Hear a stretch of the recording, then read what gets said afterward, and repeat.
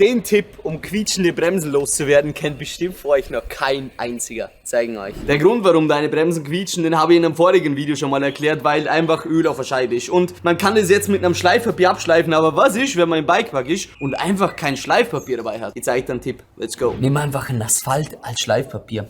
Ganz wichtig, such eine Stelle, die ganz sauber ist und vor allem auch ganz fein, weil es soll so sein wie Schleifpapier.